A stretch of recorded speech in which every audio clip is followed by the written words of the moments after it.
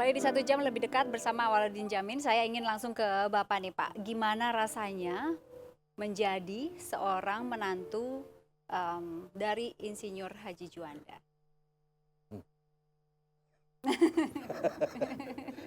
Ya begini, waktu saya mulai pacaran, saya bertunangan belum jadi Perdana Menteri Pak Juanda itu. Di Menteri Perencanaan Negara. Nah, kata orang kelakar, karena saya diangkat jadi menantu, maka beliau jadi Perdana Menteri. Kelakarnya. Kan itu yang penting. Saya kawin karena Pak Juanda, mantu Perdana Menteri. Bung Karno, saksi kawin saya. Ya, saya ingin mengundang seseorang nih Pak. Seseorang yang bergabung dengan Bapak sebagai Ketua Tim Reformasi Polri. Silakan.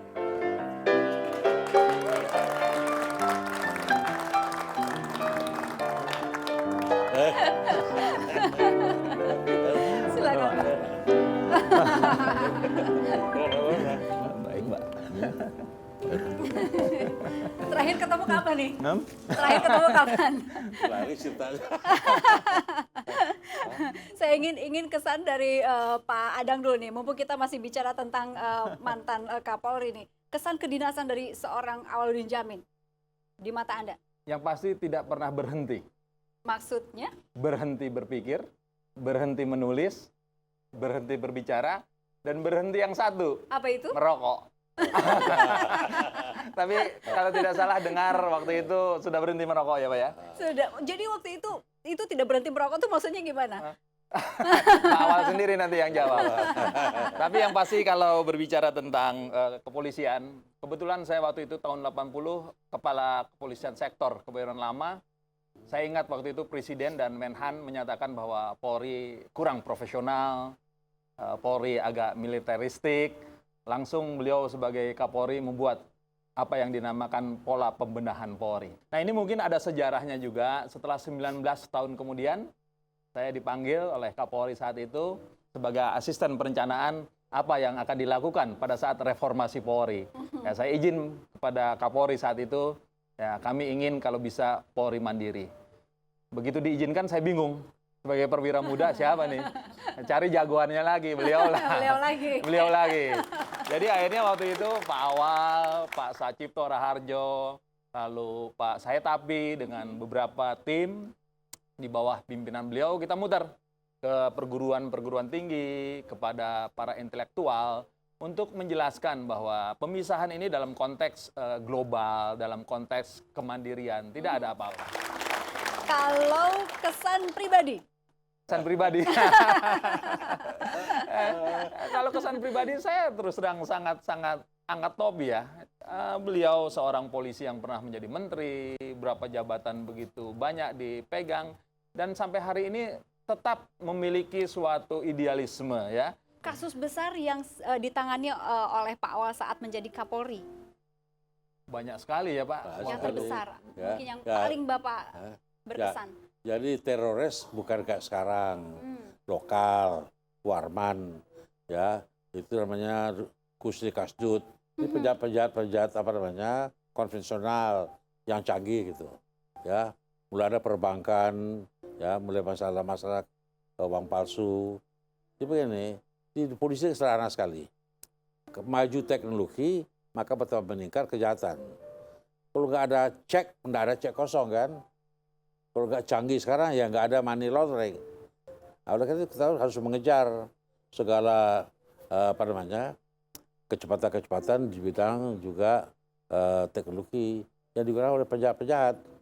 Lihat sekarang soal bom itu sudah pakai DNA, benar-benar scientific gitu. Tidak bisa lagi amatir-amatiran. Polisi sekarang di masa depan tidak bisa, harus profesional, canggih di bidangnya, ya. Dan spesialis di bidang reserse, di bidang polisi lalu lintas, sabara, huru-hara, brimob, semuanya di laboratorium forensik itu harus profesional semua menghadapi masa depan.